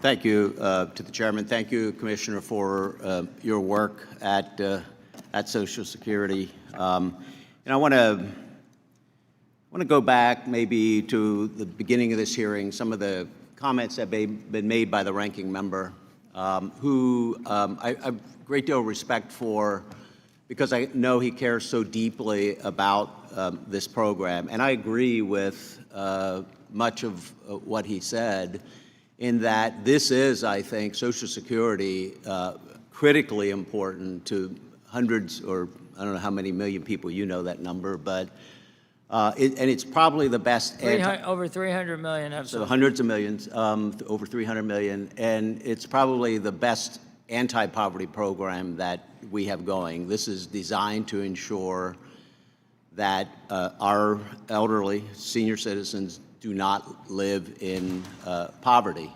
And so I think we agree on much of that. I do want to push back just a little bit on the efficiency portion of it. The two don't need to be at odds with one another. Like, we really want, first of all, the promises that have been made to people who have been paying into the system to be upheld. We want people to be confident that they're going to have the benefits that they've been promised. So that's really important. But we also want them to be able to access that. Like when they call in, we want them to get the responses. And we want you as a commissioner to design a system where we're ensured that every single dollar is going to the individual whose promise has been made and not to someone else. So I just want to say I appreciate the work that you're doing to try to drive a more efficient system to deliver those important benefits. And when I hear things like the wait time has gone down from 42 minutes to 7 minutes, I think that's a pretty good result for people who are calling in. Wait times at field offices reduced by 30%. I don't know if these are all accurate, but this is what's in front of us. I can tell you the Social Security system is, of federal agencies where individuals call into our office, it's one of the top. And I'd love to see that reduced because we know that it's working better. So I want a more efficient system. And I think we should all want that. I also agree, and I'm going to want you to respond to this. As a trustee of the system, knowing the report you just put out, the trustees put out yesterday, that says that Social Security will be insolvent essentially within 6 years. And barring an act of Congress, everyone would get a reduction of 22% of their benefits. I don't think people really get that or understand that. And in fact, I just was discussing a poll yesterday that only 30% of the American people had any kind of inkling that that was the case. And I think it's incumbent on us to solve that. And I want members of the public to be calling in and demanding that their members of Congress be taking action. And yes, you could raise the payroll tax, but that won't solve it. That'd be one potential thing. And in fact, if you did it only through taxes, it would be the largest tax increase on younger wage-earning people that the largest increase we've ever seen. And I'm just not sure if it's fair. Well, I'm almost out of time. I'd love to have you respond, but I'm not sure it's fair to be demanding a lot more from our wage earners today to help individuals when there's no income cap for those earnings. So for instance, another change we could potentially make would be to means test it so that it truly is an anti-poverty program.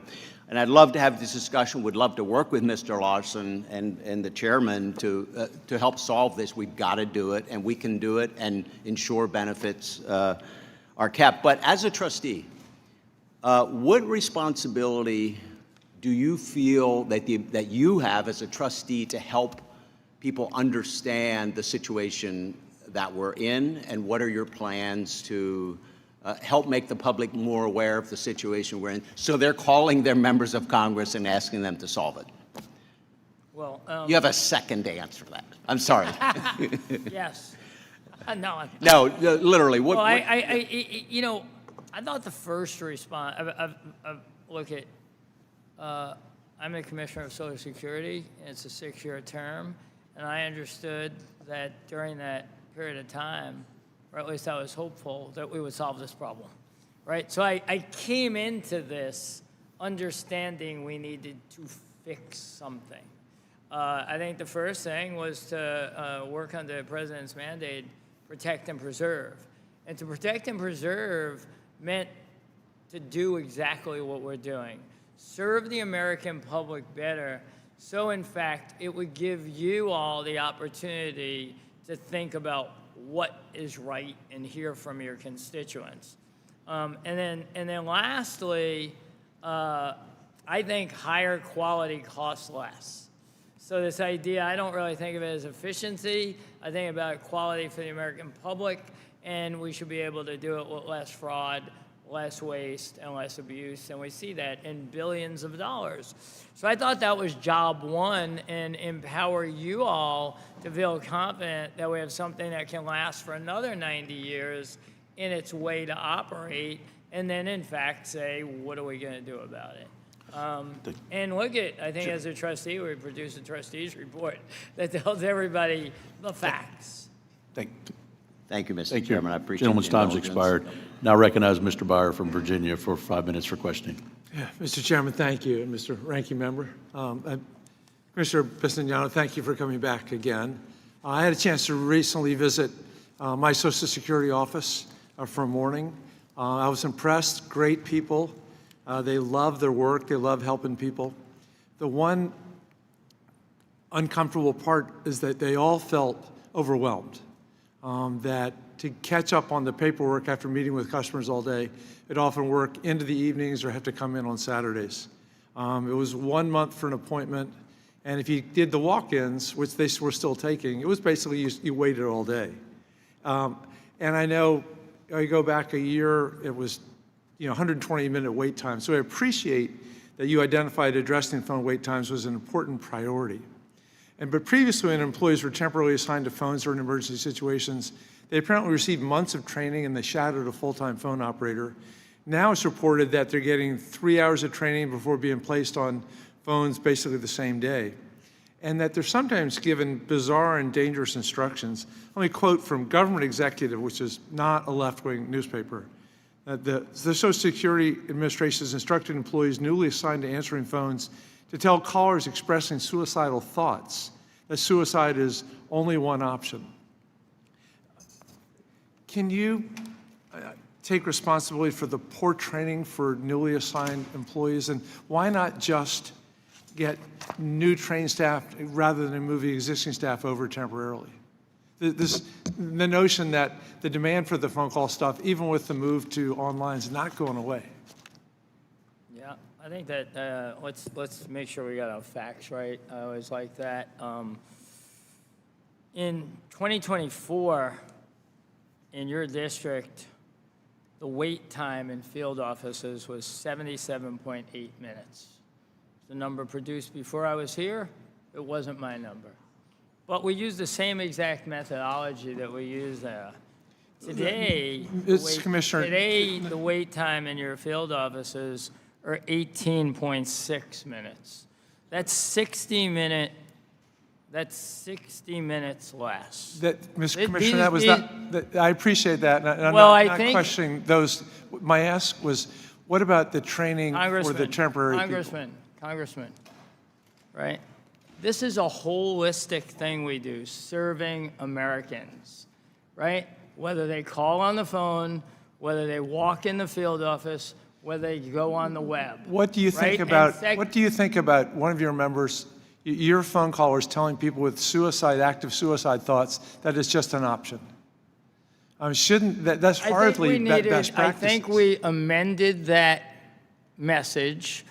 And by the way, we got that from an authority and we went back to the authority, right? If you want to make that what this hearing is about, that's kind of fine. We could talk about that one line. We can also talk about the fact that your wait time's gone down 76%. We can also talk about the fact that field office visits are down 3%. I just wanted you to say that you were actually addressing the issue. We addressed it 4 months ago when it occurred. Okay, good. Let me also move on to one of the most frequent complaints I have right now is that it's impossible to get any help from GSA for either the Login Gov or the ID Me. And I think it's a fine thing to move everything to SSA, but right now, my constituents are stuck dealing with these access issues on their own. And it often takes them, once again, a month to get the appointment to come and to get them summoned so that they can go online, so they can do the modernization. So are there any plans to improve logins for my SSA from GSA and ID Me? It's a top priority. A top priority. Thank you. One last question. Mr. Smucker and I championed a bill that would redefine the claiming age categories. The simple terminology change, minimum benefit age, early eligibility age. I'm sure you know about it. Do you anticipate these terminology changes over time will make the backlogs reduce? Will it be helpful for you if we pass this? I've never actually thought that they would change backlogs, but I'm supportive of what you want to do, and I don't think those are the key. If that's your key driver to that, it's probably not the answer. We got to reduce backlogs, always. That's all we ever do, is reduce backlogs.